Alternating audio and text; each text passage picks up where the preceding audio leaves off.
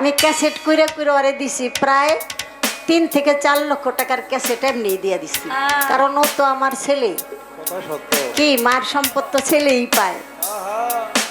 এক হিসাবে তখন ওর কোনো টাকা পয়সাই লাগে না, একবারে ফাউয়াই ব্যবসা। এখন রাত্র একটু গভীর হয়ে গেছে, তো আমাদের কিছু বাচ্চা কাচ্চা আছে।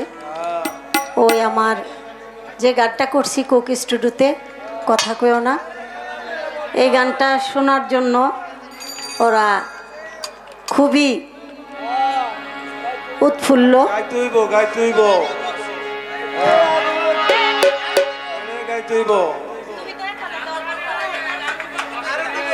যাই হোক, আমাদের ভক্ত ছেলে ইমরান, আমি কি তোর গুরুমা, গুরুমাকে দেখলেই নজর নজরানা দিতে হয়, এটা হলো তরিকার জগতের। ওর কাছে যে কত টাকা আমার জমছে অনেক টাকা নিজেও কইতে পারে না।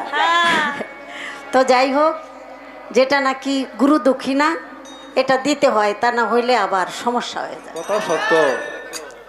সব কিছুরই হিসাব নিকাশ আছে। তো যাই হোক, তারপরও আল্লাহ মনটা বড় করছে। আজকে আগে দিছে 200, এখন দিছে 500, 700 হয়েছে। আর আমাদের মুখ তাকে দিছে 500, 1000 নি লাখ লাখ দিব আমারে। কথা সত্য।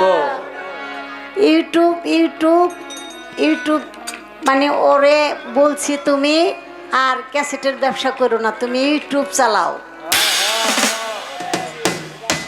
আমি ক্যাসেট কইরা কইরা ওরে দিছি প্রায় 3 থেকে 4 লক্ষ টাকার ক্যাসেট এমনি দিয়ে দিছি, কারণ ও তো আমার ছেলে।